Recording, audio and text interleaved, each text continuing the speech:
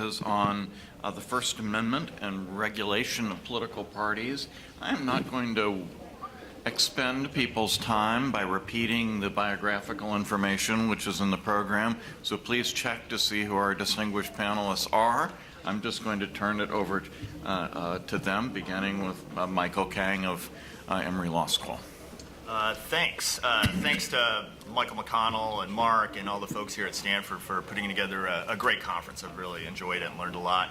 I have to admit at the outset here that I'm going to cheat a little bit. I'm going to talk about parties and polarization, but not really about the First Amendment, which is nominally what the panel is about, but I'm going to skip that. The reason I think I can justify that in my mind, hey Bruce, is that in today's political world, I think almost every panel here probably should talk about polarization and partisanship to some degree, because it's I think the defining problem, at least from my area, which is election law. So that's what I want to talk a bit about today. And today we think of modern hyperpartisanship as particularly extreme and unusual. For a lot of us, we think it's really bad and damaging. But I want to argue that today's hyperpartisanship is actually not as unusual historically as we might think, and it's instead closer to the historical norm than you might expect, and then explain what that means for election law. So hyperpartisanship, I would argue, and a lot of political scientists do argue, has generally been pretty close to the prevailing case for most of American history.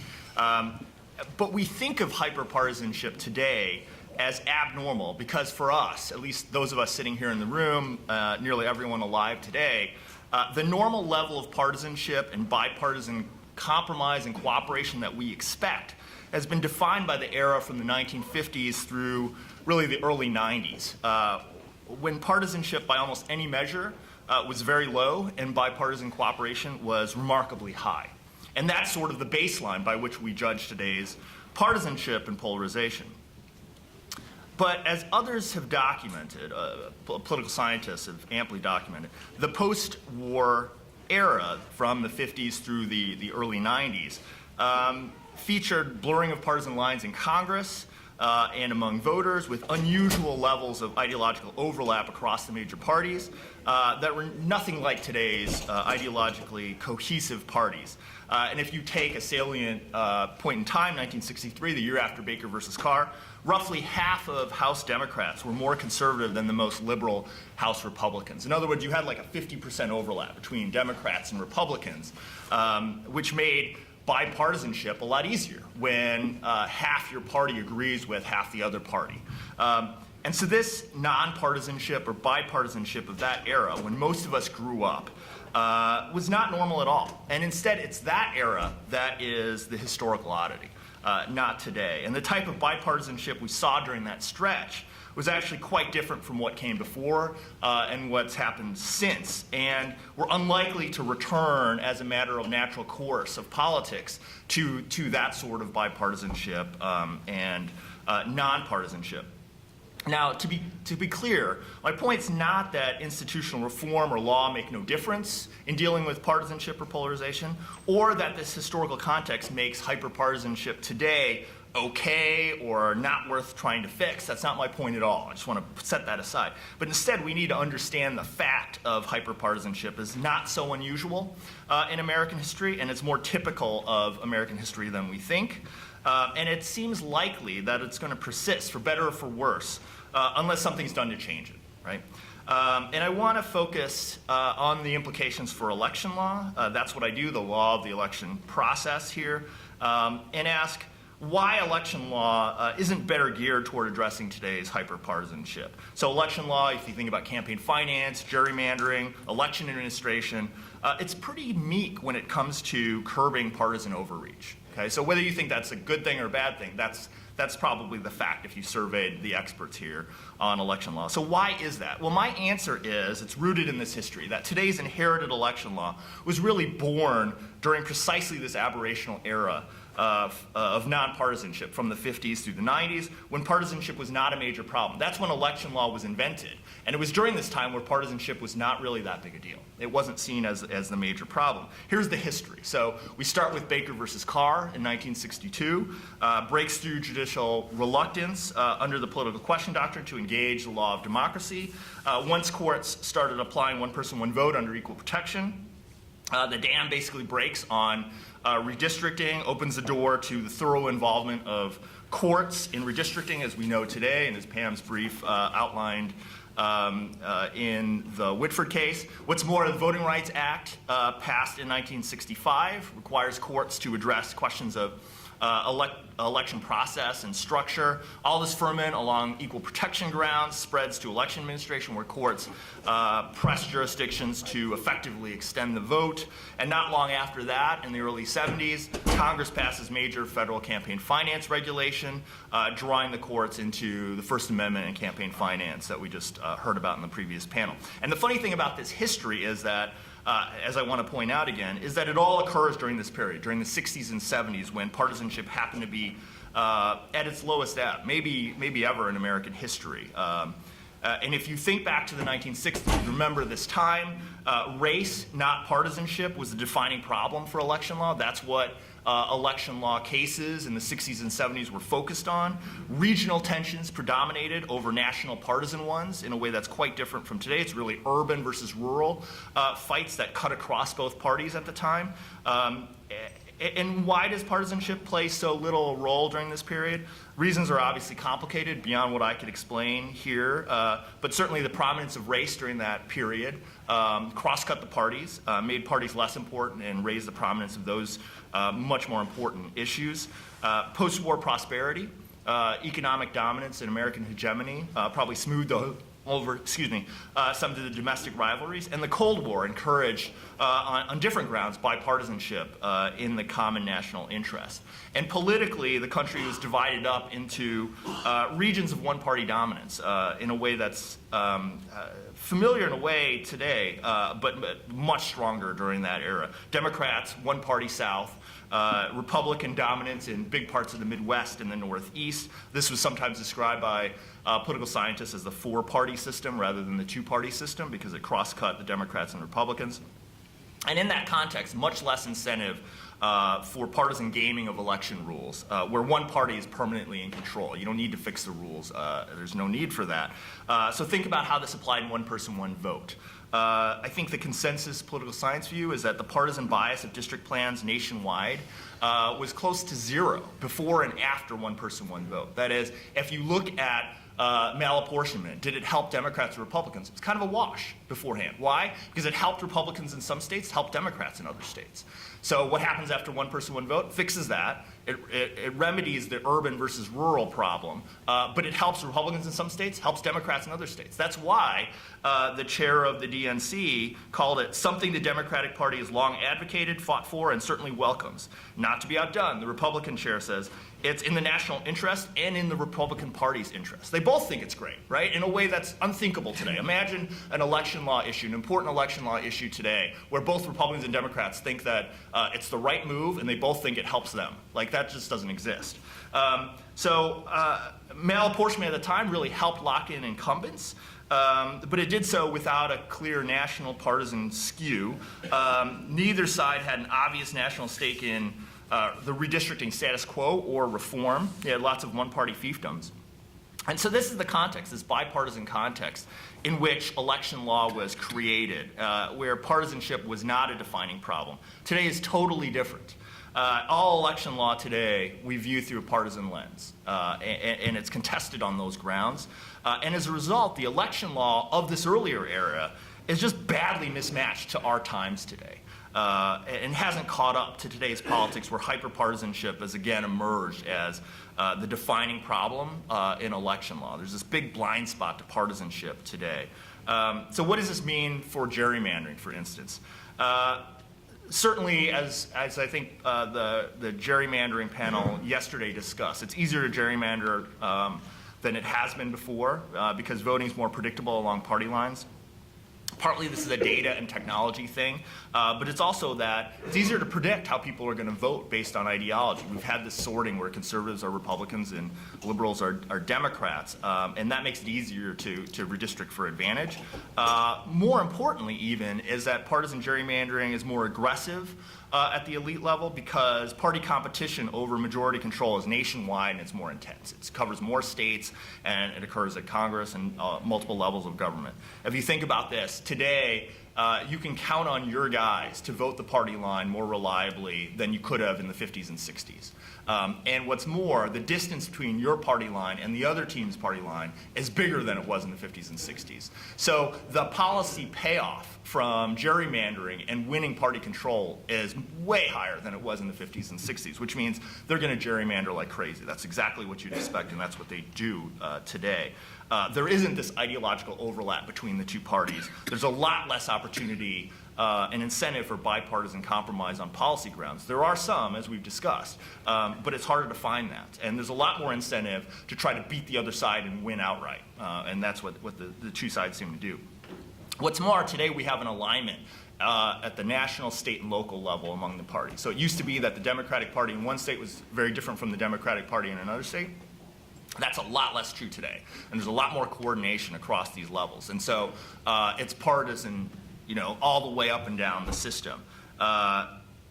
And we're seeing the world of gerrymandering devolving back into what we saw actually in the 19th century. So as part of this project, I looked at the history of gerrymandering in the 19th century, and it's the Wild West. It makes what's going on today look like nothing.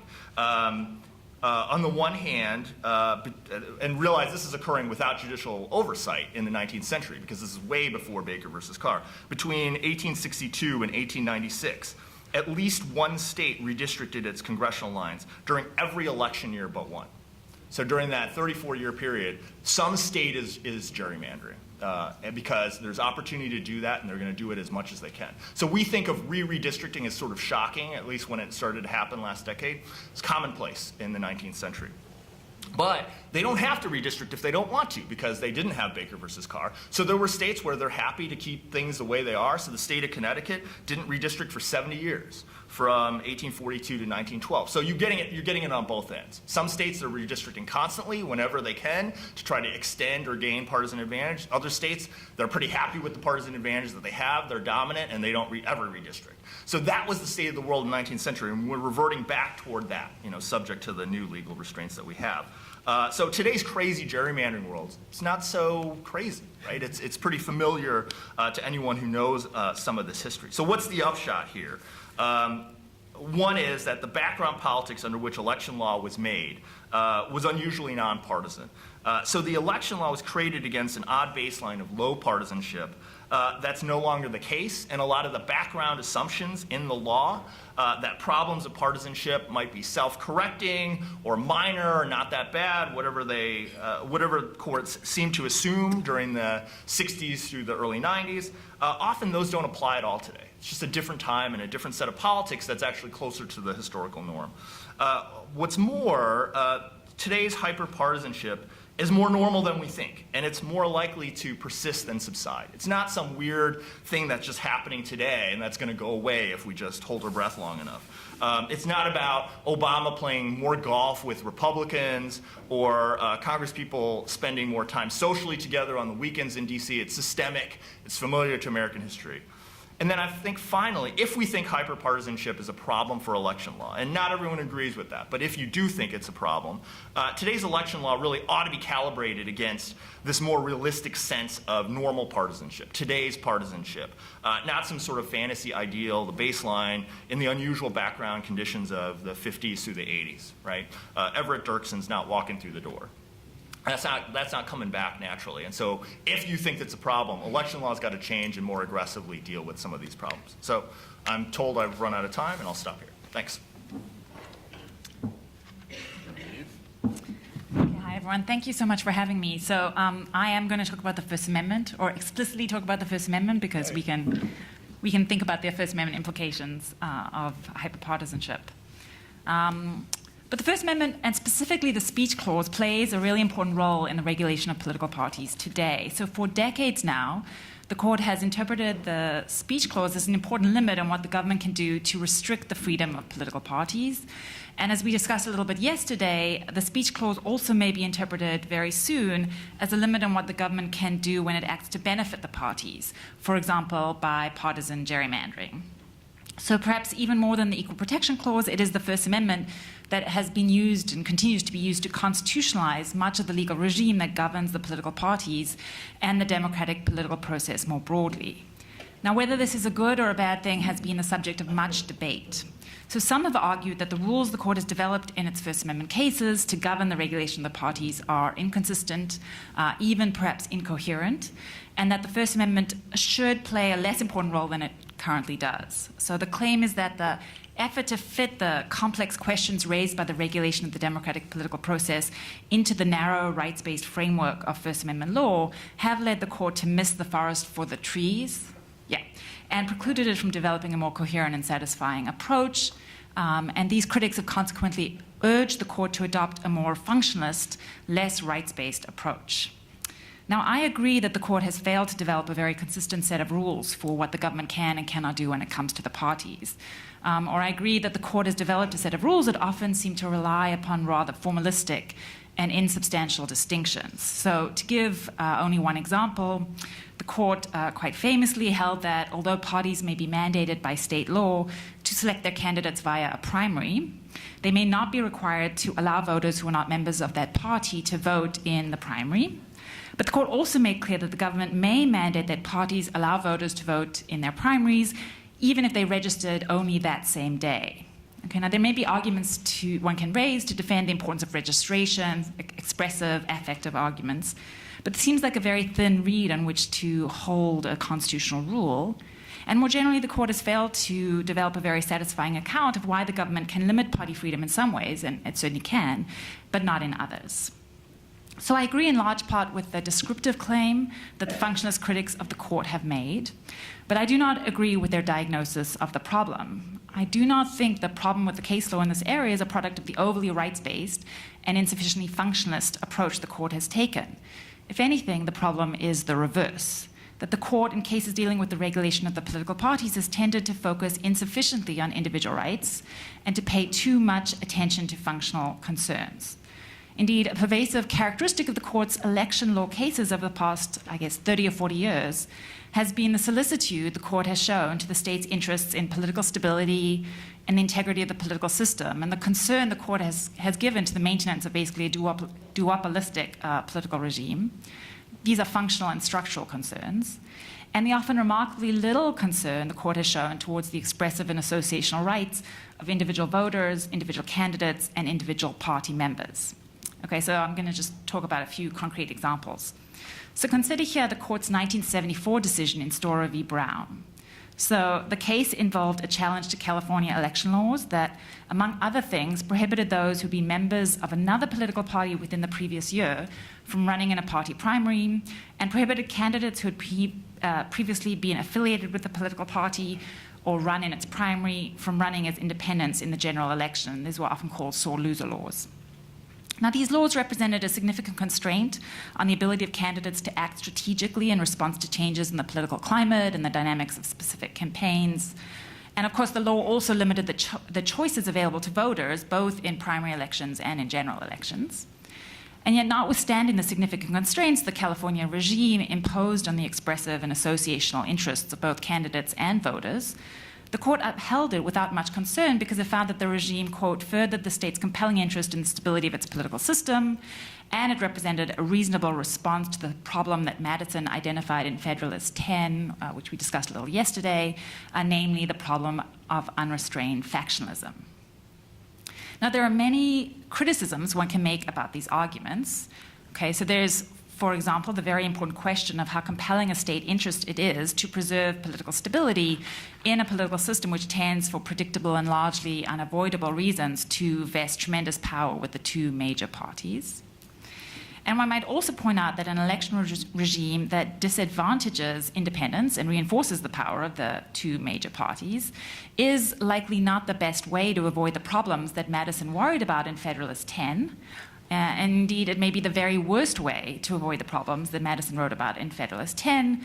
And this is because the problem that Madison associated with unrestrained factionalism was not that citizens would be excessively divided in their political views or presented with too many political options, as the court seems to have assumed, but that they would come to identify too strongly with a factional, or what we might today call a partisan, identity, and consequently prove unable or unwilling to act in the interest of the republic as a whole. Okay, so legislative efforts to fix party identity in place, to make it harder for candidates and voters to shift their allegiances and to change their conceptions of what the party stands for, seem in this light a recipe for factionalism and not an antidote to it.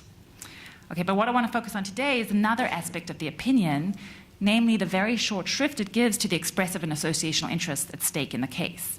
Okay, and for someone who works, I will confess, primarily in other reaches of First Amendment law, this is the most remarkable aspect of the opinion.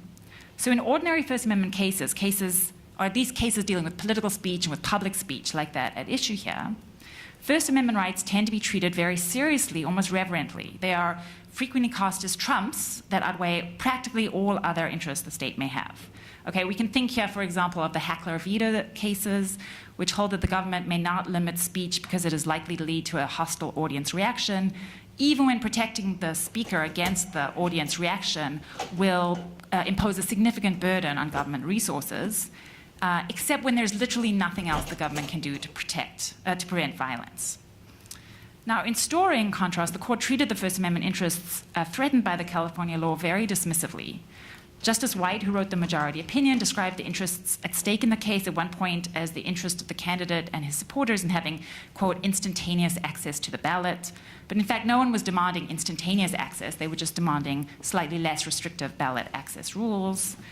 At another point, Justice White claimed that the petitioner's demand to be allowed onto the ballot would require California to adopt ineffectual means of preserving political stability with, he suggested, potentially catastrophic results.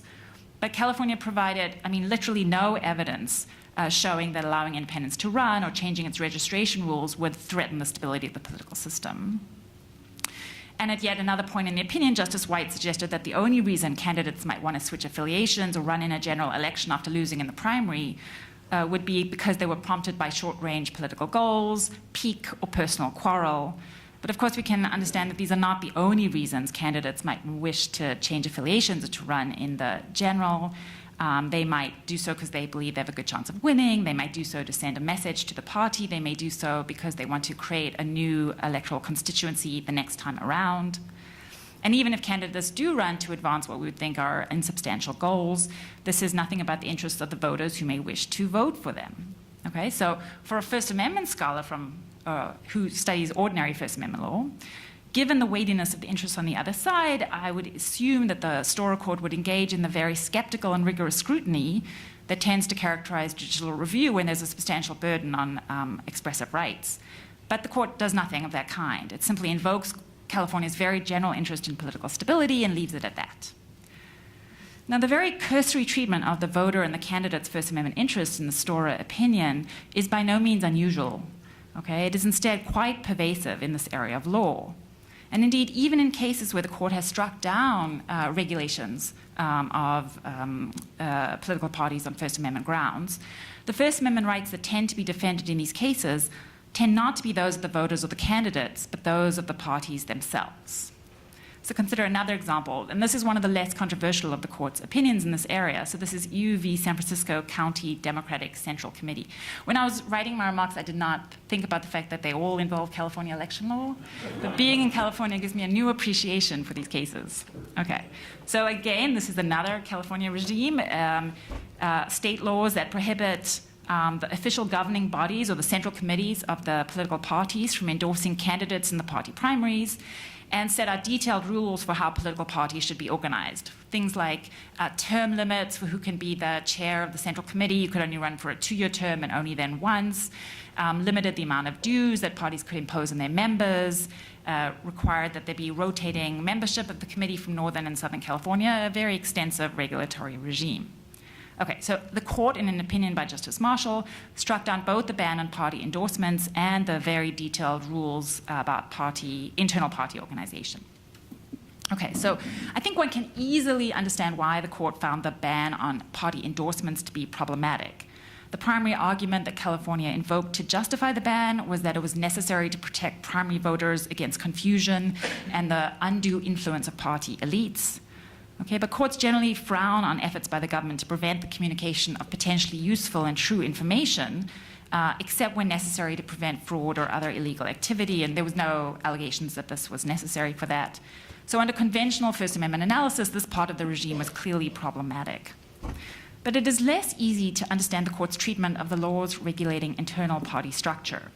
Now, these laws emerged out of the same reform movement that led California, like other states, to mandate that party candidates be chosen by direct primary rather than by caucus or by convention. And although they impacted a different aspect of party operation than the primary, California argued that they did so to further the same end, namely to prevent political elites from structuring the operations of the party to prevent internal competition.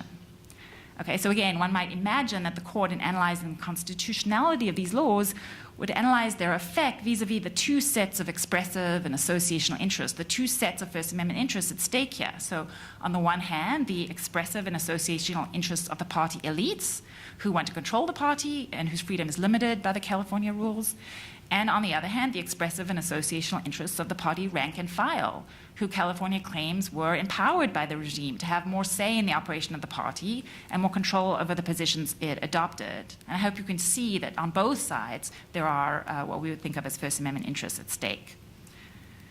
Okay, and so this kind of complex analysis of the trade-offs between two different kinds of First Amendment interests is typically what courts do when there are expressive interests on both sides of the V. But that is not what the court did in this case. Instead, it identified only one First Amendment right at stake in the case. And of course, the consequence was to make the analysis much simpler for itself. And the right it identified was the right of the political parties as parties to determine the structure which best allows them to pursue their political goals. And the court held that because the California regime substantially burdened this right, it could only be justified by compelling state interest. And the court then summarily dismissed California's interest in promoting the democratic management of the party's internal affairs. It held that the government had no interest, let alone a compelling interest, in protecting the integrity of the party against the party itself. And that's a quote. I will say, I typically love Justice Marshall's interpretation of the First Amendment. He has a very, I guess we could say, muscular interpretation of what freedom of speech requires in a democratic society. But I think this makes no sense. Okay, states obviously have a compelling interest in protecting the integrity of the party against the party itself. This is why they can require parties to nominate their candidates via primaries, even when doing so clearly limits the associational and expressive freedom of the party. And this is why they can impose all sorts of regulations or requirements on what parties do. And what underlies the court's actually in store, its offhanded recognition of the constitutionality of laws requiring parties to choose their candidates via the primary process is a recognition that the parties do not possess constitutional rights on their own behalf, okay? That the reason we recognize parties as bearers of First Amendment and also as bearers of equal protection rights is because we recognize that doing so is necessary to protect the expressive freedom as well as the equality of their members and those who vote for them.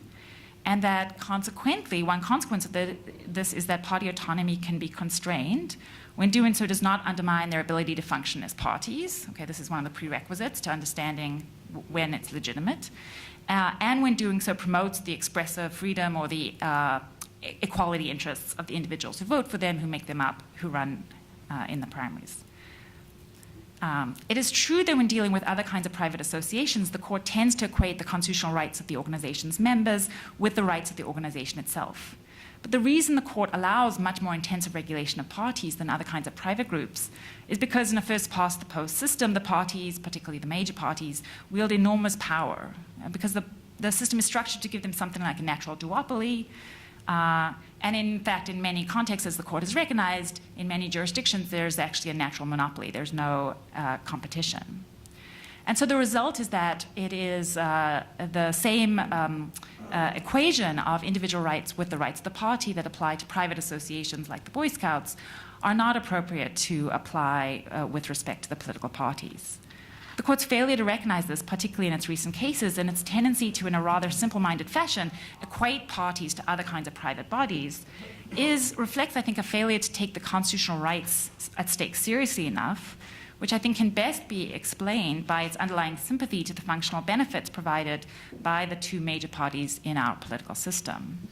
The result is, rather than overprotecting First Amendment rights or focusing too much on the rights at stake in these cases, the court has tended to underprotect political rights in order to promote stability and integrity. And it is this, I think, that produces the incoherency and the inconsistency that characterizes the cases today, and which means that if we want to change the way that the courts review laws regulating the activities of the political parties, we do not need to require them to engage in a kind of first-order functionalist analysis. We can instead demand that they take the individual rights invoked at stake in these cases more seriously than they have. Thanks.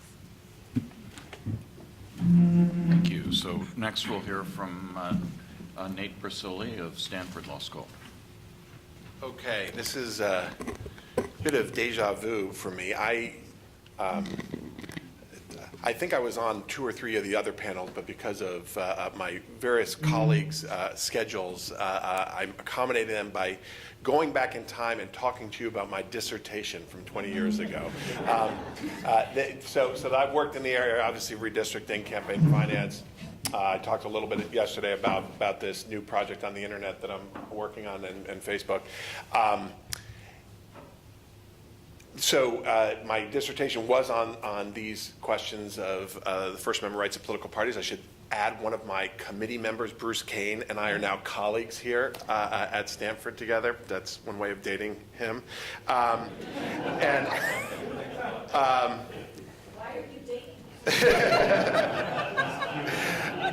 I've often been called the devil spawn of Pam Carlin and Bruce Kane, I should say. My other professor, Pam Carlin, and now colleague.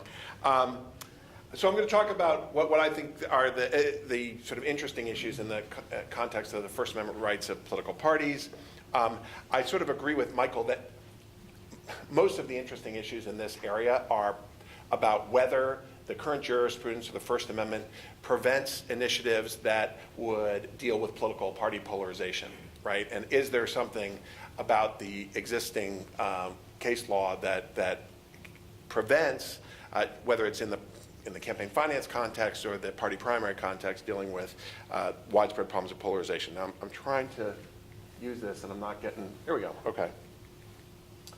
So just to, political party First Amendment Law 101, which is that there are conceptual challenges, and I think Genevieve talked a little bit about this indirectly. How should we conceive of political parties for the purposes of the First Amendment? On the one hand, right, the political parties are both state actors and private associations. We have the long line of the white primary cases which wrestle with that question, right? And so they are potential First Amendment rights holders, but they also could potentially violate the First Amendment rights of voters. How do we locate political parties and in sort of trying to, assuming they do have First Amendment rights, who's the right holder? Is it the government, the party in government, like the party caucuses and the legislature and the like? Is it the party in the electorate, all of us who might have party affiliations? Is it the party organization like the RNC, the DNC? These are V.O. Key's familiar categorizations. But even those are insufficient sort of number of categories in thinking about the multidimensionality of parties. You also have to think about how each one of these 3 types of parties exists at all levels of government, and for that matter, even laterally within the different branches. So you have federal, state, and local parties causing some of the problems that Genevieve talked about in the U case, right? Not Baton versus U, San Francisco Democratic County versus U. And then we've come to appreciate in the last 10 years, let's say, how the formal roles of the political parties, the formal institutions of the political parties are now being replicated in these informal organizations like super PACs, PACs, 527 organizations, 501c4 organizations, and the like. And then always in the background here is it right to talk about the parties as if we should cover our eyes to the fact that the Democrats and the party and Republicans parties are different than the minor parties here, where the minor parties are more like interest groups and Democrats and Republicans are more like public utilities. All right, so those are sort of the beginning conceptual challenges. So the classic problem that I think confronted First Amendment law in this area is that the government, right, when you deal with the political party's First Amendment rights, it's not as if the government is a neutral actor here, right? And ordinarily when we think of infringing law on anybody's First Amendment rights, we think it's sort of the individual versus the government, and the government is almost united against them, not necessarily a partisan institution. But of course, when you think about the context in which these cases come up, sometimes it's when one party is in power, right, and exerting its efforts to infringe on the First Amendment rights of the party that's out of power. Sometimes it's the two parties themselves as a duopoly trying to infringe on the rights of minor parties. Sometimes, as in the U versus San Francisco County Democratic Central Committee, it's one subsection of the party trying to take away or limit the rights of one other subsection of the party. And sometimes, as we had in the California Democratic Party versus Jones case, through the initiative process, there's sort of, it's alleged that it's the people who are trying to throw off the shackles of the political party organizations. All right. Now, so that's if you look in our casebook or any of the casebooks, that's pretty much the panoply of cases that you learn about when you learn about the First Amendment rights of political parties in the election context. But now the problems have changed, and I think, as I said, I think the interesting question here is whether the jurisprudence is hindering reforms that might address party polarization. And I'm thinking about two problems: party polarization, both in the tactics that the political parties are willing to engage in, so the bare knuckles politics, constitutional hardball, as Mark Tushnet, who's here, has written extensively about, right? We should not put it past parties to use election laws in a way to advantage themselves at the expense of outsiders, the outside party that is. And the fact that our parties are so polarized, right, so that Democrats are as far to the left as they are and Republicans as far to the right, means that the stakes of party-sponsored election legislation, right, are, I think, even more critical than they have been in the past, right? And it's no surprise then that much of the call for reform here is an attempt to try to moderate the parties, and I'll talk about which ones I think are prevented by this current First Amendment jurisprudence and which ones are not. But in addition to polarization, there's another feature, which is the balkanization of the political system. I see Rick Pillis walked into the room. Rick has written about this quite a bit, as have I. That it's the dissolution of the parties into factions, so that we have even, whether it's the Bernie Sanders wing of the Democratic Party or the more conservative folks in the Republican Party. There's a question as to how new this is, but certainly that in looking at the current party dynamics, one of the concerns is that the party leaders, right, don't have the ability to whip everyone in line in ways that they might have previously. But even beyond that is the point about the formal, informal shifts in who has party power. So the rise of outside groups leading perhaps to political party organizations being less relevant. Okay. All right, so where do these First Amendment fights come up? And I've worked on some of these cases and have written about a lot of them. In the primary election context, and we heard some of this already with Michael and Genevieve's comments, you've got the primary ballot access case, and I should say Burton Newborn is here, this was my first case that I ever worked on, was getting John McCain on the ballot in New York. Just to throw some love his way. I've never seen a case where it was literally over within 45 seconds, and all the judge was saying, "Bert, how do we solve this problem?" And so that was the Molinari versus Powers case, which where the court struck down the laws that were preventing John McCain from getting on the ballot. There are a parallel set of cases dealing with David Duke, keeping him off the primary ballot, which some strike those laws down, some uphold them. And then you've got the cases dealing with voters like Tashian, Jones, Klingman, Washington Grange. None of these are a lot of these are not familiar to all of you, but the court's been sort of going back and forth in these cases. In general, the party has the right to close itself off or open itself up if the law is preventing it from doing so, but there are important qualifications there. Then you've got the general election ballot access regulations, your kind of garden variety third party or minor party access to the general election ballot, like in Monroe versus Socialist Workers Party, or the cases banning fusion candidacies. That is when, say, a candidate, two parties on the ballot want to nominate the same candidate, and Minnesota tells them that they can't. The court says that's okay, that you can uphold fusion bans. And then finally, the area I think is most interesting in the context of First Amendment rights of political parties these days is whether the rules regarding campaign finance of political parties established in Colorado Republican 1 and 2, as well as McConnell versus FEC, whether they are disadvantaging political parties with respect to outside groups in the political system. All right. So does the First Amendment prevent efforts to combat polarization? Whoops. First, let's just make clear what the sort of suite of proposals are that are out there and how sort of different empirical assumptions guide the reform efforts here. So on the one hand, right, if you're someone who thinks that the problem in American politics is that the primaries are determining essentially who our representatives are going to be, and that primary voters are more likely to be hardcore Republicans and hardcore Democrats, then you might say, all right, the solution to this problem is to have outside of party members being able to vote in those primaries and to prevent parties from closing themselves off, right? And the court says in California Democratic Party versus Jones that California's blanket primary, yes, another California case, I should say, we've given a lot to election law in this area, that you cannot force the party to open itself up, at least in the context of the so-called blanket primary that was at issue in that case. And in the Tashian case, which came earlier, the court says, well, if a party wants to open itself up, right? In Jones, it wanted to close itself off, and the state was forcing it to open itself up to outsiders. In Tashian, it wants to close itself off.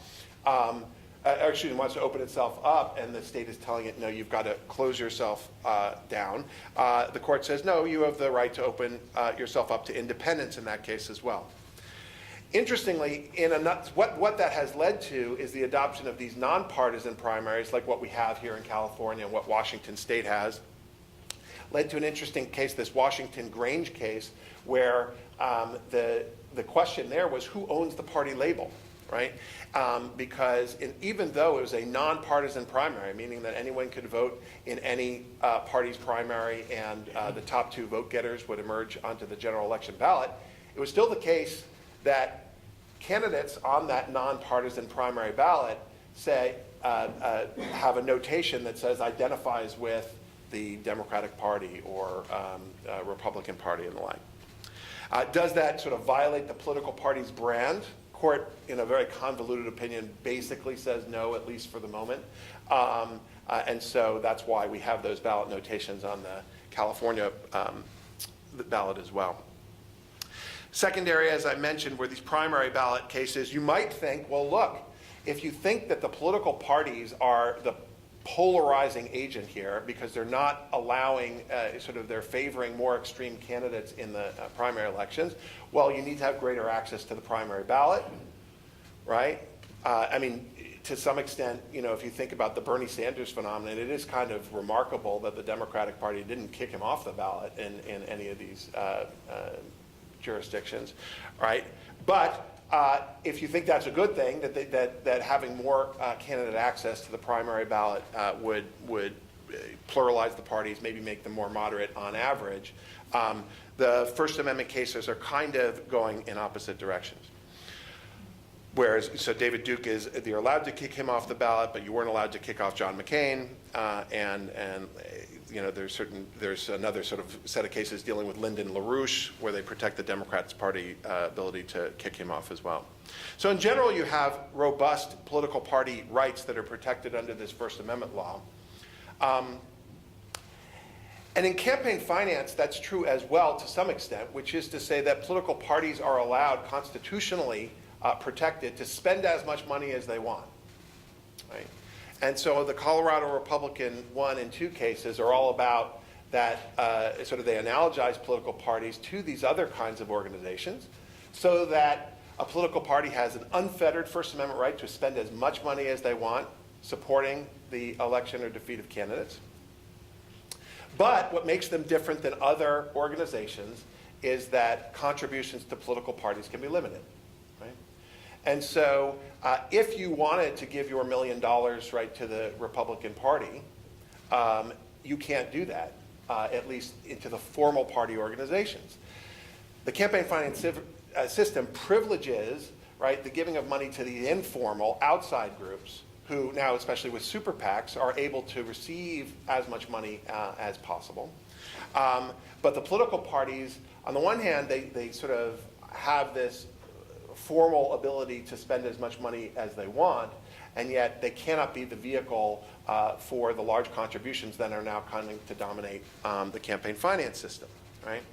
And so, if you look at what the good government approach to combating polarization often was, it was to open up the political parties in the primary system.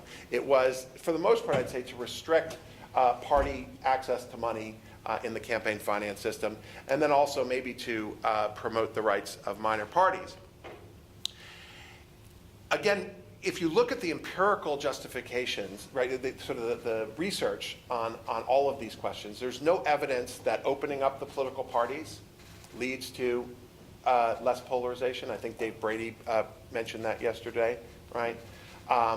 And these ballot access laws also don't seem to have much of an effect. Michael Kang's done some interesting work which looks at sore loser bans and how that might have an effect. But obviously, I'm pushing on the button of campaign finance because that's the area that I've been working in most recently.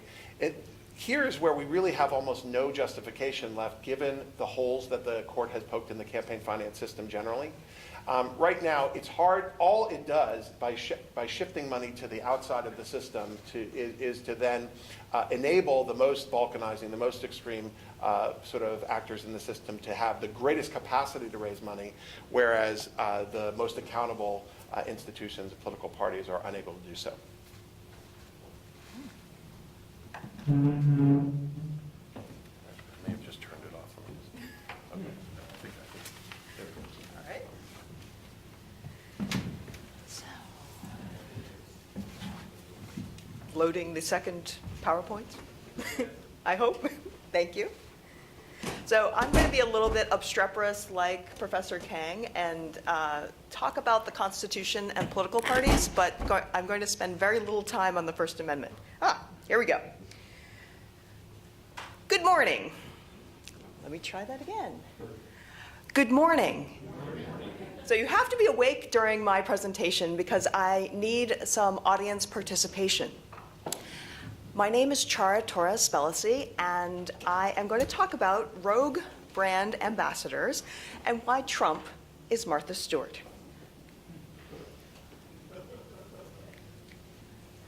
So I am as happy as a law professor can be because I am on a book writing sabbatical right now. And the working title of my new book is Political Brands. This builds on some of my previous work on branding and politics, including shooting your brand in the foot and boycotting the president's brand. So one version of how reality works out there is that there is no such thing as bad publicity. This is a quote from McKinsey & Co., and they're talking about brands that get involved in scandals, and according to McKinsey, that is just another opportunity to sell your stuff. If people are talking about your brand, then it's one more opportunity to tell them why your product is awesome. So, could we get an example from one of you of a brand ambassador who has hurt their company's brand, like a celebrity endorser who might have gotten in trouble? Any come to mind? Kanye West. Not bad. Here's my example. Tiger Woods had a squeaky clean image until he didn't. When Tiger was revealed to be quite the philanderer, lots of blue chip brands dropped their association with him. You might think of these brands exercising their Hurley rights or their Dale rights to disassociate from Mr. Woods. And in the literature in marketing and in economics, there is a small cottage industry that tries to examine just how much the Tiger Woods scandals hurt the companies that he had been associated with. And there's disagreement about exactly how much damage he caused, but the consensus seems to be that he caused at least billions and billions of damages to these brands.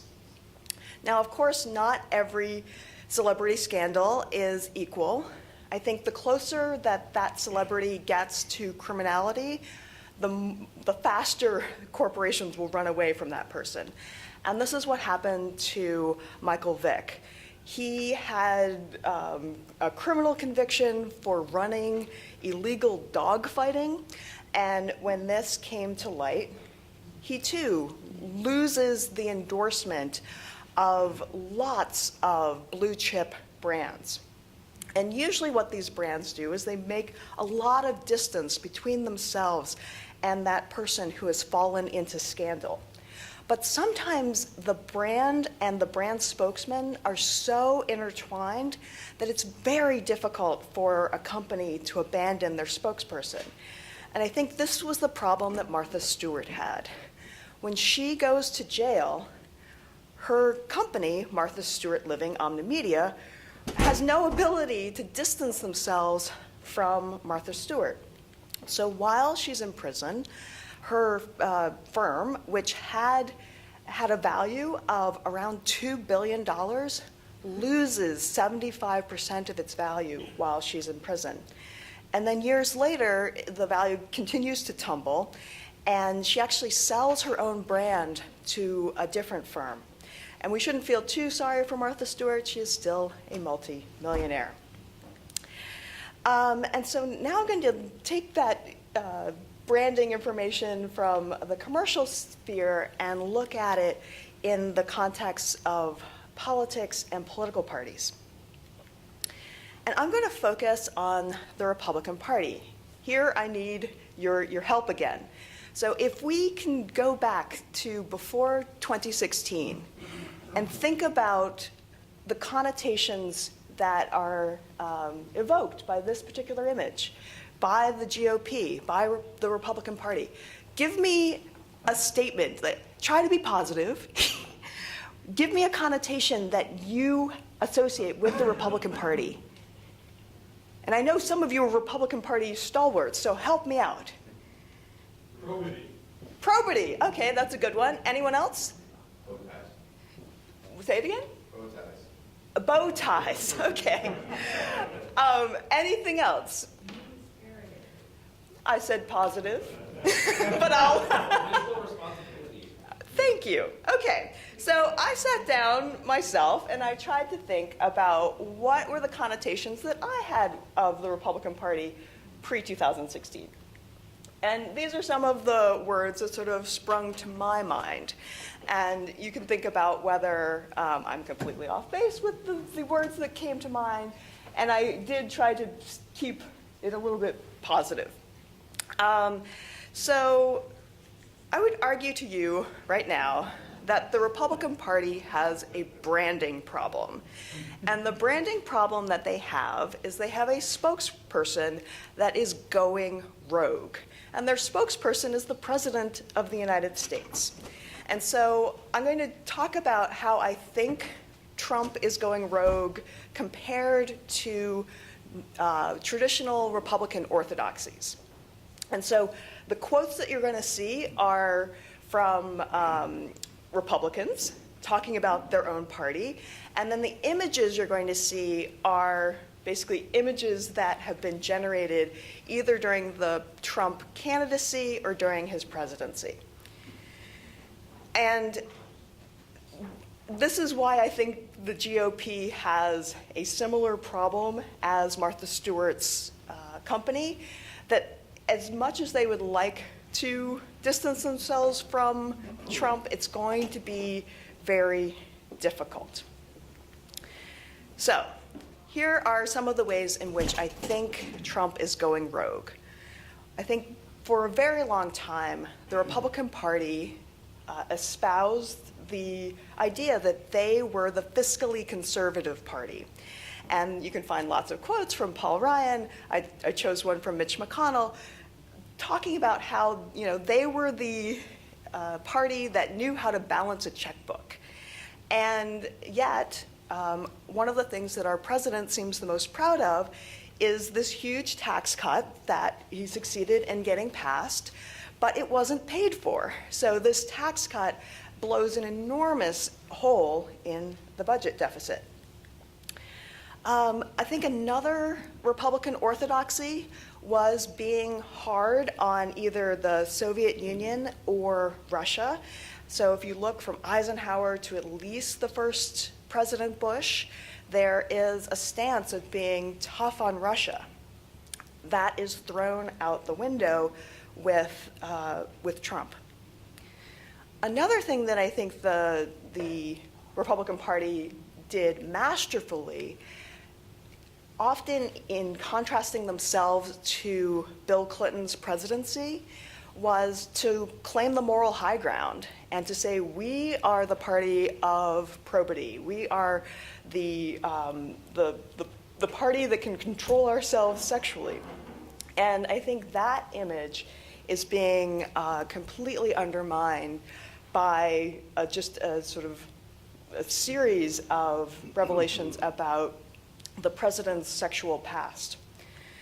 Another thing where I think the Republican Party is losing their moral high ground is every time the current president lies. The Washington Post keeps a running tally of how many lies he has made, and he has gone past the 3,000 lie mark in a year and a half of his presidency. Another thing that I find quite disturbing with President Trump and how I think he's gone rogue is he seems to have a very selective notion of what the rule of law means, and when it applies to him, his family, his associates, or his lawyers. And so I am worried that a party that used to be known as the Law and Order Party is being undermined by their own leader. Similarly, because of Trump's conflicts of interest, because he refused to divest from the Trump Organization fully, he is sort of a walking conflict of interest. And we'll see how certain cases turn out, but it is entirely possible that he is violating both emoluments clauses of the Constitution. And here is where I think Trump is going to do potentially the most damage to the GOP. Like, much to my chagrin, as someone who usually works on campaign finance issues, I think corruption scandals fade into the background for most Americans. But I think racism is something that people remember. And so if Trump's racism taints the GOP, then I think that's a problem for the GOP that could last for generations. So that's all on the political side. Let's go back to the commercial world for a moment. If you have a spokesperson that goes rogue and you are a corporation, you have three paths that you could walk down. One is you could stand by your man. You can distance yourself from that person who had a scandal, or you might even have to rebrand your company. So let me give you examples of that. My good friend Tiger never was dropped by Nike. They decided that they would risk the potential damage that his scandal could do to Nike, but they always stuck by him. Now, not all corporations have the opportunity to stand by their man, and again, the more that the spokesperson gets into criminal trouble, the more likely they just head to the hills. And this was one of the problems that Subway had when it was discovered that their longtime spokesperson was a pedophile. And they, dropped him like a hot potato and changed their tagline to "Eat Fresh," and hoped that we would all forget that Jared Fogle had ever had any association with Subway. Another example of extreme rebranding comes from Blackwater. So Blackwater is this private contractor that worked in Iraq. They get into criminal trouble when they kill civilians in Iraq. And Blackwater has changed their name not once, but twice, to avoid the negative connotations that are associated with that name. So how does this all translate to Trump and the GOP?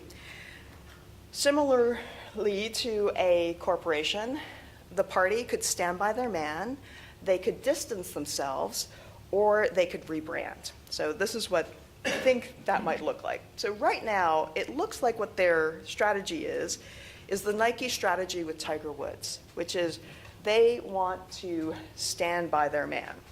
And they have been doing so far. But if they want to distance themselves, then because it's the president, it's not just like Jared Fogle where you can just fire them. You can just disassociate. You have to actually comply with the Constitution. So, for example, if the problem with Trump is his racism, one of the ways that Republicans in Congress could distinguish themselves from Trump is by passing DACA or other humane immigration reforms. If the problem with Trump is a lack of respect for the rule of law, then they could either protect the special counsel or they could stop unqualified judicial nominees. The 25th Amendment might be a way for the leaders in the Republican Party to distance themselves from Trump because it would be a Republican cabinet that referred the president for removal to two Republican houses. And if they actually removed him, that would be one way to draw a huge distinction between Trump and the rest of the party, saying this man does not speak for us. What I think is going to be much more messy is if after the midterms, if we get a flip in the House and we get impeachment that is initiated by Democrats, then I think that'll be a lost opportunity for Republicans to reclaim their own message, because I think this will be viewed through the lens of partisan rancor. There's also the normal election process. And here, the rank and file Republicans could reject Trump in a presidential primary in 2020. I think that would be another way of the rank and file saying, this man does not represent who we are. And then again, it's much more messy if the way that Trump loses power is because of a loss in a general election. Now, if the GOP wants to rebrand, it has the technology. It did this introspection in 2013, looking back at the 2012 election. This is sometimes known as the 2012 autopsy. And it's a very interesting political document. It has some of the Madison Avenue rebranding, that they want to change the denotation of the Grand Old Party to the connotation of the Growth and Opportunity Party. And they also self-identify the problem of being unattractive to racial minorities. And they actually, they have plans of how to do more research and outreach to minority communities. So if they want to rebrand, they can. And if the GOP's name itself becomes toxic, they may have to be in the Blackwater category and think up a totally new name. We don't know what Trump is going to do to the GOP in the long term. All of these images are from mid-2016, where at least the editors of these magazines thought that he would do great damage to the Republican Party, and then he went on to win the election. But as someone who is an outsider to the GOP, I urge the party to regain its moral high ground, and I will leave you with this quote from Eisenhower. If a political party does not have its foundations in the determination to advance a cause that is right and that is moral, then it is not a political party. It is merely a conspiracy to seize power. Thank you.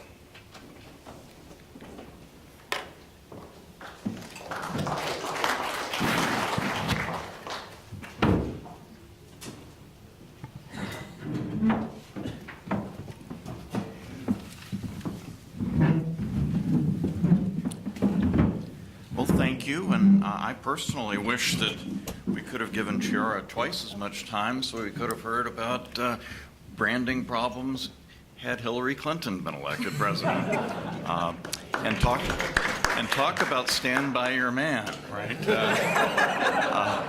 Touche. But alas, I do have a question for the panel before we turn to the audience, and that's about this question of primaries. What do we think of primaries on the panel? Are they, I mean, obviously they are a more democratic mechanism. They lead to much more rapid accountability of office holders to the electorate in a way. They're also, I think this is true, Nate probably knows for sure, but I think we're the only major democracy that has primaries, and at least many people think that primaries are responsible, maybe not just for polarization, but that's part of it, but also for another problem of democracy, which is inability for our system to legislate for the long run. That is, you know, a tendency of office holders to focus upon the immediate short-term costs at the expense of worrying about long-term problems. So what do we think about this? And then let's talk about the First Amendment, because was it possibly a mistake, and this is really for Genevieve especially, for the Supreme Court to allow states to force political parties to choose their candidates through primaries rather than through other mechanisms? So that's my question to all of you. Can I just say, first on the constitutional law on this, that it's not 100% clear that the court has actually upheld the imposition of a primary as constitutional. So in California Democratic Party versus Jones, Justice Scalia's opinion says that we have assumed that primaries are, you can impose primaries. And then there's Ninth Circuit case, which is summarily affirmed by the Supreme Court, which does say this explicitly. So I want to keep that out there as a possibility. And if think about what would happen if, say, the Iowa Republican Party, right, or the Iowa government decides to force the out-of-power party to run its presidential selection process by a primary as opposed to a caucus, right? If you had one party in charge that then says, no, everyone here has to do it with primaries, I think there might be an interesting First Amendment argument with that. So I want to keep that out. But generally speaking, there's this recent Utah case just from the last month where it does seem to suggest at least that this imposing on the Republican Party this alternative route to get on the ballot through signatures and the like is constitutionally acceptable. So I think that you're probably right that the jurisprudence pushes in this direction, but I don't think it's 100% of the way there. And I also want to challenge the idea that primaries are necessarily more democratic. Now, this is just because you have to think about each component of the system and how it fits together. So as you said, virtually every other country in the world in choosing party leaders doesn't have mass participation by the party membership in the selection of those leaders. And so we just have sort of assumed that, because of progressive era reforms, that this is a kind of small d democratic push. Given how small the number of people are that participate in primaries, it's not so clear. It provides democratic opportunity. I don't think it necessarily provides democratic legitimacy writ large. And so this is my long way of saying that, yes, I think we need to experiment with something, some smoke-filled rooms or some equivalent of it. This was mentioned yesterday. I don't think we would lose anything in terms of, it's not clear it would solve polarization or combat it, but it's, if you think that primaries are in some ways causing or a product of the balkanization or the primary, sort of the distortion of the primary process is related to the balkanization I was talking about before, that empowering party leaders in the primary process is one way around that. So I'll just add to that. I agree on the sort of the slight ambiguity in the recent cases about the constitutionality of primary impositions. I will say that this is a recent development. In Stora, the 1974 case I talk about, the court treats the question in a very offhanded manner. It suggests that this is a completely that there's no question that these are permissible, and so there's a way in which the court has. The First Amendment jurisprudence has shifted in recent years, and so to the extent that primaries maybe cause us discomfort, it's a product of recent constitutional jurisprudence. Ultimately, I think that if I were a lawyer, I would not think that I would not. If I was a betting person, I wouldn't bet on the primaries are unconstitutional argument. Yeah. My position is that primaries are not constitutionally required, which is a different baseline than are they permissible, for some of the reasons that Nate was talking about. It's not inevitable or obvious that primaries are the best way to ensure that members of the polity have an effective means of exercising both their right to participate in the political process through participation in a political party and the right to vote in an effective way. But in a system in which we have, and this is what distinguishes us from most of the rest of the world, in which we have a first-past-the-post regime which advantages two-party control and in many cases effective monopoly, I don't think it makes sense to treat parties as equivalent constitutional actors as private associations. So whatever we may think about the case law dealing with the rights of private associations, I think there's an excellent argument to say you cannot require the Boy Scouts to elect their leaders by means of a primary. I don't think that equivalence extends to political parties because their role that they play in the political system and the system in which they operate is just different. So I guess that would be my view. Whether or not it would be a good idea to go to the smoke-filled back rooms, that seems like a failure of imagination. So maybe there's another way of ensuring that people get to participate that the parties represent or ensure both the equality interests and the First Amendment interests of the people who want to participate in them. But smoke-filled back rooms does not seem like the best way of doing that. Yeah, so I basically agree with Genevieve and Nate on this. To be precise. Didn't we just contradict each other? About the background law. Oh, okay, yeah. So, I think it's an untested question whether primaries can be imposed on parties, but I wouldn't bet against courts to strike down the basic requirement. And to be precise, the question is whether the state can force a party to hold a primary to select its nominees when the party doesn't want to do that.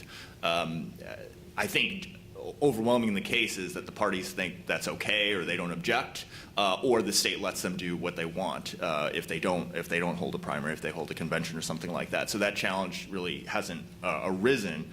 There is, I think, a tension, I think you guys would agree, with the constitutional law that says parties can hold the primary as it wants. So it can decide who votes in the primary.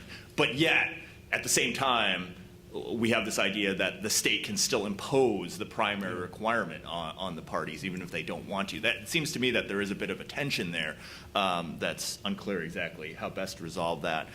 It does strike me, I think, as Michael was sort of suggesting, that the primaries are polarizing compared to the smoke-filled back room. That might not be true in every state or every situation, but I think probably generally that's the case. There's a bit of empirical uncertainty about whether closed primaries are more polarizing than open primaries. That debate's sort of still up in the air. But I think generally speaking, primaries probably polarize more than kind of elite selection. And you know, it's hard because if you look at caucuses, right? Caucuses are also, you know, now seen as engines of polarization, and so I think to some extent that the primary system also makes money more relevant in the electoral process. Whereas if you think about the organization of the primary rules as being a counterweight of the party to the outside influences, that this is one area where the party could fight back. Of course, whether it has these effects on polarization or not is going to depend on what kind of party we're talking about, right? And it may be the case, as much as I am a defender of the party institutions and their prerogatives in these areas, that there is a point at which you've crossed the Rubicon, that the party institutions become so polarized, it's not clear that any of these reforms are actually going to dial it back. But holding that constant, you know, I would think that greater power to the party organizations would be, you know, marginally desirable. And let me just add one more wrinkle, which is Scalia in the Jones case. So what I find totally bizarre about the way that Scalia thinks about party polarization is, A, he seems to think it's a good thing, and he seems most worried about moderate voters making one of the political parties, or possibly both of them, more reasonable. So there's that. And he seems to look at the question of whose right of association it is through the lens of it's the political party's right of association. It's not, he doesn't seem to privilege the right of the voter to be able to vote for, you know, the candidate that they actually are attracted to in that particular election.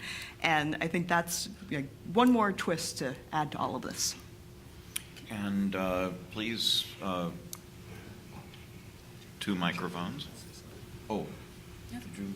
Yep. Feel free. Jump in while he's. Well, I actually just wanted to ask both Michael and Nate, because both of you talked about polarization. How do we assess whether polarization is a good or a bad thing? I mean, this is a little bit what underpins my concern with sort of having a functionalist approach to these questions, because it just seems so hard. You can have really competing views of the ideal political system.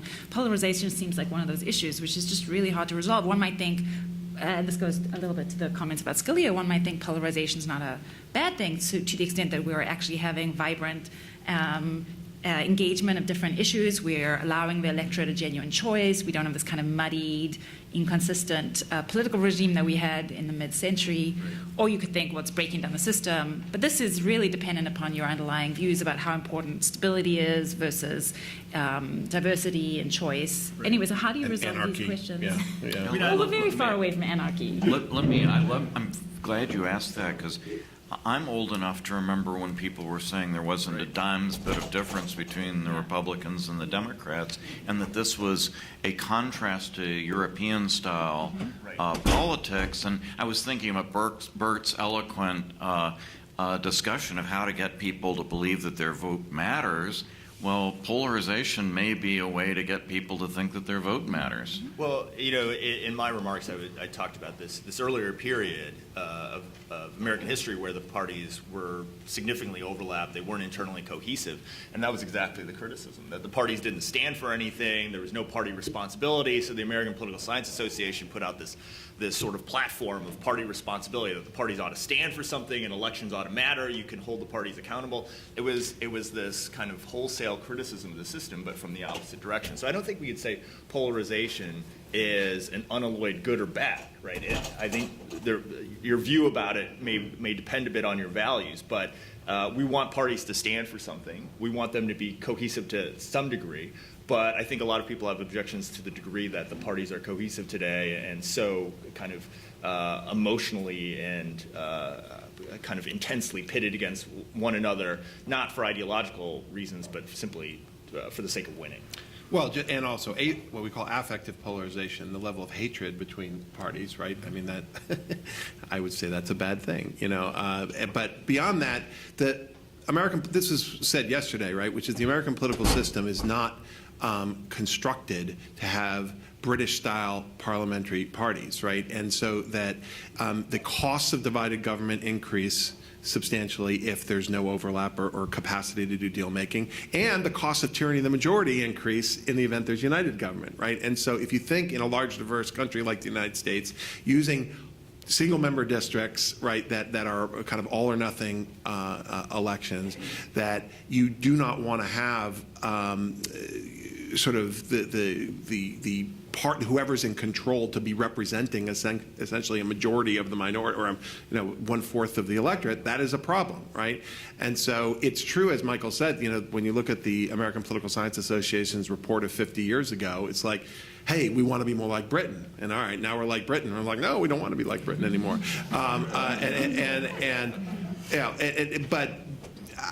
You only need to look at our current politics with the inability of the branches essentially to get stuff done, and the rise of affective polarization, and you know, I think the sort of evidence of the harm of polarization is clearly there, and beyond that, it's, you know, we throw the word polarization around like we're all saying the exact same thing, and it means different things in different contexts. So there's the incivility problem that I was talking about before, the ideological convergence within the parties and the distance between them.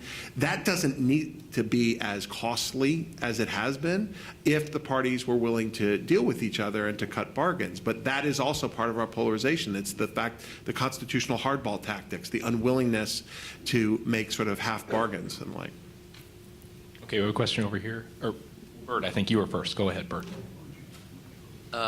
I think Klingman versus Beaver is completely contradictory to the other party rights cases. Yeah. In Klingman versus Beaver, Clarence Thomas said, no, the Libertarian Party of Oklahoma does not have the right to have an open primary. And yet we have California Democratic Party versus Jones, which came later, and Tajdian. So what do you think? Jones came first. Yeah, Klingman's after Jones, right? Isn't it? I'm pretty sure. Yeah. Isn't it? Yeah. Rick? All right, we'll let Rick Pildes break the tie there. Yeah. So anyway, doesn't make a difference. You're right. They're inconsistent. I mean, the Klingman, just so people understand, here's the jurisprudence right now. Tashian versus Republican Party of Connecticut says that you cannot prevent a party from opening itself up to independence. California Democratic Party versus Jones says that you cannot force a party to open itself, at least in each race, to non-party members. That was the blanket primary, where you could go down the ballot, you could vote Republican in one for one race, Republican, you could vote in the Republican primary for one race, Democratic for another, Libertarian, and the like. Klingman versus Beaver is a case dealing with a minor party, the Libertarian Party in Oklahoma. That case forces a semi-open primary, actually, onto the Libertarian Party that wants to open itself up to other non-party members. So the Libertarians want to let the Democrats and Republicans vote in their election, right? I've got that right. And the court says no. And this shows you why some of these First Amendment cases, they kind of end up on a collision course, because that case is not looked at as like the rights of the Libertarian Party kind of case in the same way that the Democratic Party's rights were at issue in California Democratic Party versus Jones. It's about basically minor parties versus major parties, right? It's treated almost like a minor party ballot access case. It's like, why are the Libertarians causing us grief again? Is sort of the mode you get from that case. And I think you're right. It is inconsistent. I wonder if it were the Democrats or Republicans that had brought that case, whether it might have gone the other way? I mean, one view of the recent cases is that the court just applies different rules in cases dealing with major parties and in cases dealing with minor parties. And one read on that is that the court basically wants there to be a two-party system because of its concern with stability, integrity. It just thinks that that's the way politics in this country should work. And so when it's presented with First Amendment challenges raised by minor parties, it just applies different rules. That's one reading. That's not what the court says it's doing. I think there's a little bit of history that we want to remember here. The reason that the elephant's trunk is in the tent at all here in regulating primaries is because of race. I mean, the gravitational pull of race is what forced the Supreme Court to say that the state could regulate the nomination process because it was being used throughout the South as a way to exclude black voters who then had really no chance at the general election to have any meaningful say.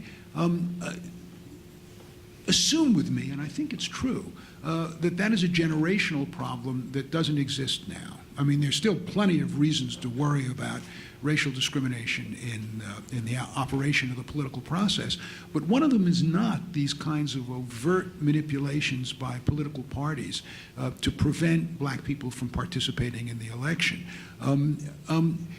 If you take that out, I'd always thought that there were two streams of precedent dealing with the regulation of political parties. The stream of precedent dealing with race, in which the Supreme Court said strong power to regulate the party because the party is part of the electoral process, and then the California versus Jones stream that said, no, it's really a private association. My sense is we're in a process now where it's moving back toward the private association model. Because the court isn't worried about race anymore, and maybe rightly so. And so that the private association model is now going to become dominant. And the question then is whether you can impose primaries on the parties at all if you don't want them. And I suspect we're going to see that soon. If we do keep primaries, what about an idea like this? This is just my Jonathan Swift idea here. It's a half joke but half real. Why don't we think of primary elections more like corporation, like corporate shareholder elections? In other words, it's a relatively closed body of people who are selecting something to go forward. Why don't we use proxy solicitation? I mean, if we're trying to figure out ways of increasing turnout in primaries, and that's the real problem. The real problem is that the turnout in the primaries runs about, 10 to 15% on an average, which means that the extremes of the two parties are selecting the candidates, and that's the polarization issue of primaries. Is there a way to attack primaries to open up participation other than saying anybody gets to vote in it, which was the California versus Jones operation? Is there a way to say, no, it's a closed game, but it's a closed game in which we're going to find ways to facilitate the members to participate, one of which would be, I was fooling with my seminar saying, what about selling votes? What about soliciting votes in the primary for money? So you buy primary votes. I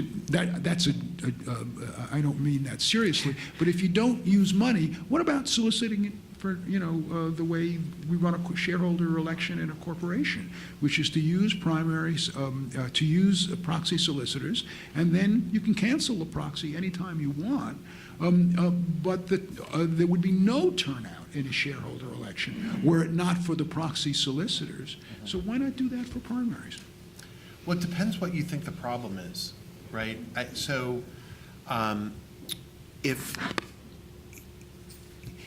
This is true about participation generally, which is that it's not clear to me that increasing participation, whether you're talking about in this context or others, that necessarily leads to, say, more moderate people entering the process of the like. I mean, if you had people essentially double voting based on, or gathering votes from outsiders, then it's not clear to me that necessarily empowers the most moderate voices in the primary.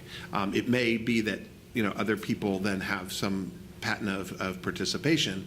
But I think what you'll find, right, of course, your two parts of your question are related to each other. It's the white primary cases which would prevent something like that, right? Because we think of the right to vote in a primary as being implicated, right? And when I teach those cases, there's a question as to whether, are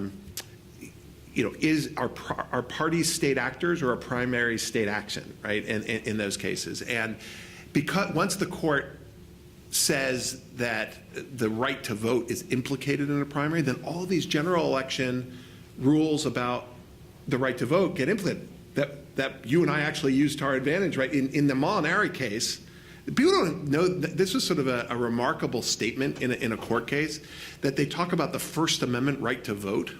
All right, you're like, wait a second, I didn't know there was a right to vote in the First Amendment.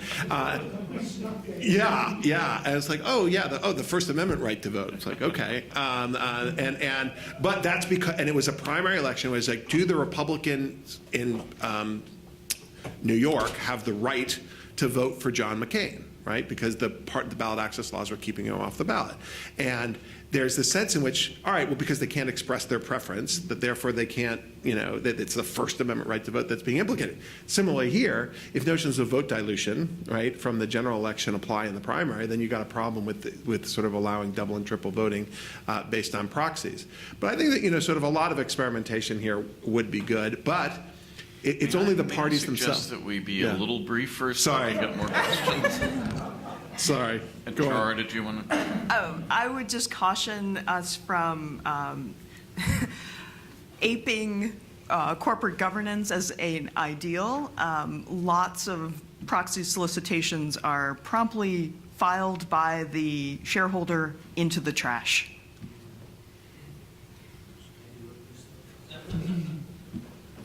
Well, and also management always wins, basically.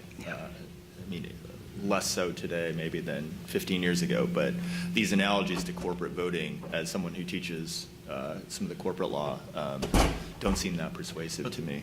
But that may be Bert's point, is management, maybe he wants management to win more. This would be a way to maintain the facade of primaries while creating the reality of the smoke-filled room. Win-win, right? Jim Bob? Although I don't know if it would respond to the problem of polarization, because don't we find in corporate elections it's usually the activist shareholders that have the decisive vote, and so you could think of them as the sort of hardcore base. So I'm not actually sure, despite the different rules of participation, it has such a different effect. Well, I think in the corporate context, most shareholders don't care. So they just go along with management. And so that's what you'd expect in this context too, probably. And that may be what you want, depends on what the goals are. If the theory is party leaders or entrepreneurs who actually want to appeal to a broad-based electorate rather than being, ideologues. Can I just respond to the question about, is it about race? Is this really just race and then everything else? So that's another way you can read the cases to try and iron out the inconsistencies. And then it raises this broader question about when is it that courts should get involved. So race, when there's racial discrimination in the New Deal settlement, it's a really good opportunity for courts to play an active role, because we worry that in a hierarchical or subordinated system of racial inequality, it's not a problem that's going to correct itself. So if black people can't vote, they're not going to be able to through other ordinary democratic means, so the courts and the government maybe has more of a role to play. And so this actually goes to the polarization question. Is polarization a problem that is going to correct itself, and therefore it's a qualitatively different kind of problem than the problem of race, or is it the same kind of problem? I think that's actually a really interesting question. But I just note that race is not the only form of inequality or discrimination which we might worry is not going to be corrected by ordinary means. So when it comes to political parties, we might worry that the distinction between elites and rank and file, or those in power and those out of power, is not something that's easily correctable. You can have the maintenance of this kind of hierarchy system of inequality. And so maybe that's like race. It's not race, but it's like race in that dimension. Thank you. Okay, I'll raise to Ciara's bait. All right? I'm often amused when liberal Democrats are advising Republicans on how they can be successful. And I do, of course, understand that Democrats would prefer more respectable candidates, less formidable ones like McCain and Romney, who, of course, had the good grace to lose. And you know, from our perspective, from a political perspective, strictly, of course, Trump was able to accomplish something that Republicans had been thinking they could accomplish and hoping to accomplish for decades, which is to bring culturally conservative, blue-collar, working people into the Republican Party, which we feel our policies advance. And so he was able to do something that we have thought and hoped to do for many decades. Now, I do think there's a fourth option which you didn't consider, and that is for the Republican Party to defend Trump, not stand by the man, but to defend him against what is a false characterization of his positions or his intentions. And I think that is largely what the Republican Party is doing right now, and the ease to which you characterize him as racist and these other things is, I think, a reflection of, you know, I've spoken in favor of polarization as it relates to policy, ideology, defensive culture on both sides, each side. They have a culture to defend. But the dark side is what I thought was reflected in your presentation, and that is the willingness and readiness to depose an elected president, to delegitimize him, which I think is a real threat to, and the essential, is the problem that we have to address. How can we deal with our differences within a civil and you know, governmental context that doesn't drive us to the streets? And you know, that kind of rhetoric and approach is what is is the danger, in my opinion. So, Ciara, would you like to? And I guess one of my responses would be, we would probably take law review articles, and this is partially why I'm writing this book, is on the racial point. Before the 2016 election, I was the ultimate racial optimist. My mom is white, my husband is white, my son is white. I really do think that in most cases, we can communicate with one another, we can understand each other. It takes a lot of time, it takes a lot of effort. But the 2016 election and all of then candidate Trump's statements where he used racialized language, whether it was against Muslims or against Hispanic immigrants, I really did have faith in my fellow citizens. I thought that they would reject that. And the reason that I call him racist is all of my racial optimism is broken in pieces on the ground because of that election. And it's not something that I spend a lot of time working on, but I think it's also important in this political moment to, I don't know, call a racist, call a bully, and to not let our fear of offending one another keep us from speaking truth to power. So let me just say, this may be the first time in the history of elite universities that there's actually been this kind of very powerful presentation of the two opposing views of Donald Trump. At least I've not heard it before, and for that I thank you. But I'm also going to exercise the moderator's prerogative to bring us a little bit more back into the specific topic of this panel. And with that, I had Bill Galston is next in the queue. Well, I'm not going to rise to the bait, although I could. This is, I'm about to make the ultimate argument against interest. I recognize that we're here at the Stanford Law School. I recognize that the title of the conference is The Constitution and Political Parties. I recognize with Tocqueville that in the United States, every political question eventually becomes a legal question. But I want to, on some level, object. To make something a constitutional question is ultimately to determine whether it is required, forbidden, or permitted. And I want to pose, and this is not 30,000 feet, this is more like 75,000 feet where the atmosphere is too thin to breathe.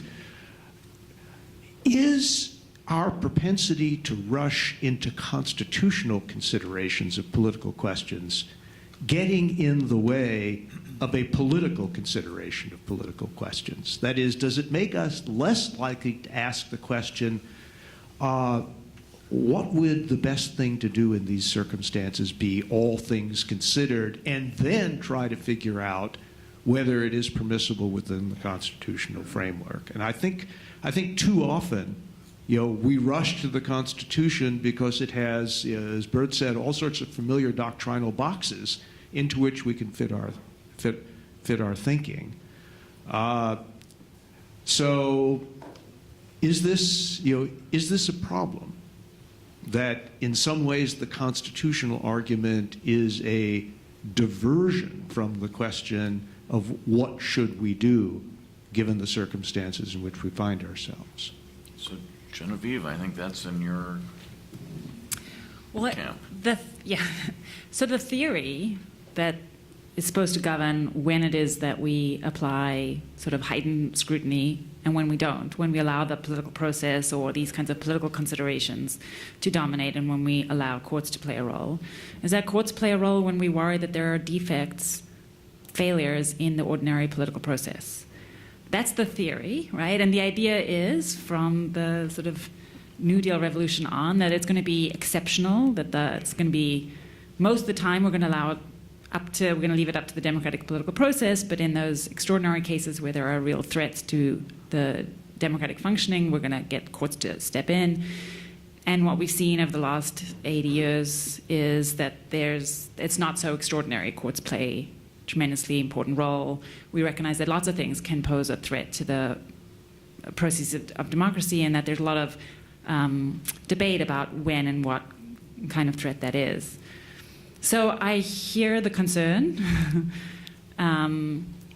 It does seem like that New Deal settlement is unstable these days. But I don't know what it means to say we're just going to let politics handle it. At what point? It seems hard to me to imagine a system in which courts play no role. There is, at the time of the New Deal settlement, there's an alternative vision. It's Frankfurter's in the First Amendment context, which is, he's very worried about the court all of a sudden saying, we're not doing what we did at the fin de siècle. We're not going to, we're not going to look over the legislature's shoulders all the time and impose a judicial judgment over a political judgment. But we're going to do this thing when the democratic process breaks down. And Frankfurter says, this is nonsense, this is gobbledygook, you can't maintain this distinction. So you should only strike down laws where no reasonable person could enact them. So it's only going to be the most egregious. And that view it does not persuade the majority of the court and is not the view we have today. And so you could imagine a role in which almost everything gets worked out in the political process. But in a system where there's just a tremendous amount of inequality and access and power, that seems to me to be saying we're just going to allow the system to work itself out in the interests of the powerful. Now, one may query how much judges represent other kinds of interests. but it's not a very satisfying response from my perspective.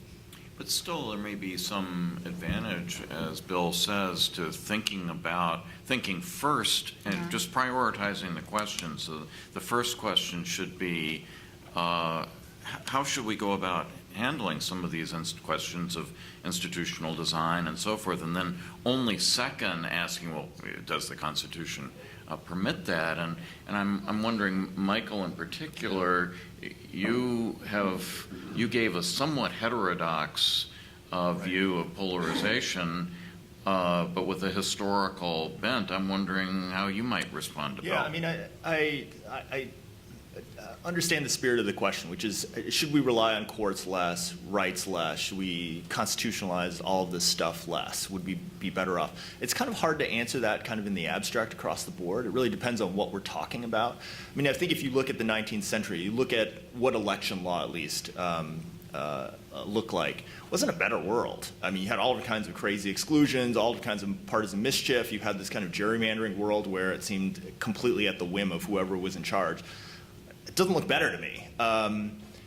Now, should we think about the level of judicial involvement? Do we think that there are some perils in that? Do we want courts to be wary about their limitations? I think certainly that's the case. And I think when we think about the gerrymandering cases right now before the court, those are the important questions, is how do we calibrate judicial involvement here? How do we restrain courts so that they're not involved in every case in a way that makes us feel like they're doing more harm than good? So I think those are the right questions, but it's kind of hard to answer sort of in the abstract, right, across lots of different issues. I think at the specific level, when we think about what should the standard be in the gerrymandering cases, should there be abstention or should it be efficiency gap or something like that? Those are the questions that we're kind of implicitly asking, I think, when we're thinking about how to craft a standard, how to measure judicial involvement. But I don't know that there's a right answer about more or less judicial involvement across the board. It really depends on what you're talking about, what your goals are,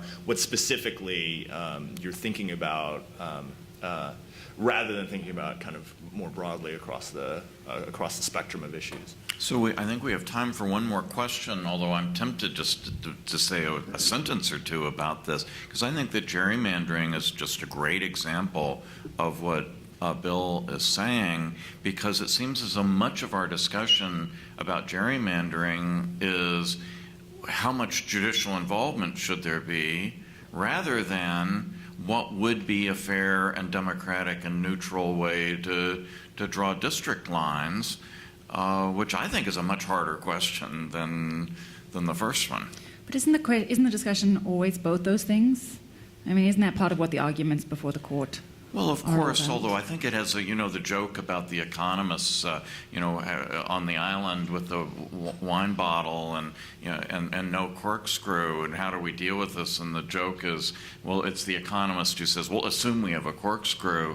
And I sometimes think that those who advocate for the courts to become much more involved in gerrymandering are just assuming we have a corkscrew. Hope we have a corkscrew, but I say let's talk about the corkscrew first and see if there's actually a sensible, neutral, objective, democratic way to do this before judicializing it. But again, let's go back to, let's have one more question before we go to lunch. Okay, hi. So I've been a journalist who's covered money and politics since the 1990s for NPR and a lot of other places. Now I'm in the lefty political ghetto.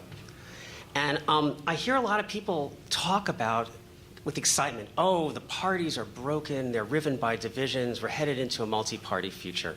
I listened to the first panel, and I really appreciate saying that the parties are hobbled by campaign finance laws. I'm listening to this panel, and I'm hearing, well, not so fast, because there's all kinds of other constitutional, precedents and laws in the books that give them a lot of power to determine, how primaries and other, elections are run and candidates are picked. So, do you think that the way the internet has changed the character, the quality of political communication and organizing? Both Trump and Bernie Sanders raised about the same amounts of money through small donations and paid for tons of communication. Wasn't television, which a lot of the regulation has been based on, big money for TV ads.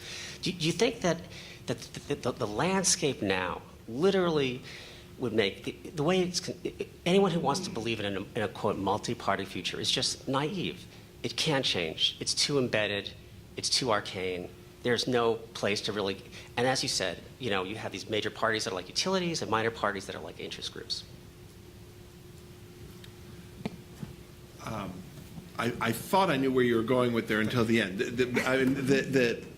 Briefly, I feel like the internet exacerbates all the balkanizing tendencies that were accelerating before the rise of the internet, right? And so that because it destroys the mediating institutions, whether it's, you know, in the media or political parties, and because it gives outsiders, like the least accountable actors, the greatest voice. Now, look, depending on what you feel about the existing system, you might think that's a good thing. But if you care about polarization, you know, I think that the internet facilitates greater polarization and balkanization. But doesn't it reduce the role of money? I mean, other than Mark Zuckerberg's money. Yeah, I mean, I think it may, we'll see. I mean, it's sort of, Donald Trump was such a unique candidate, and so what he was able to do is gonna, it's large, it's hard to see how someone replicates that. And it does facilitate small donor fundraising, which actually facilitates polarization, but you know, I don't think there's any evidence that money, I mean, if you look at the local level and the state level, I don't think it's had much of an effect on that.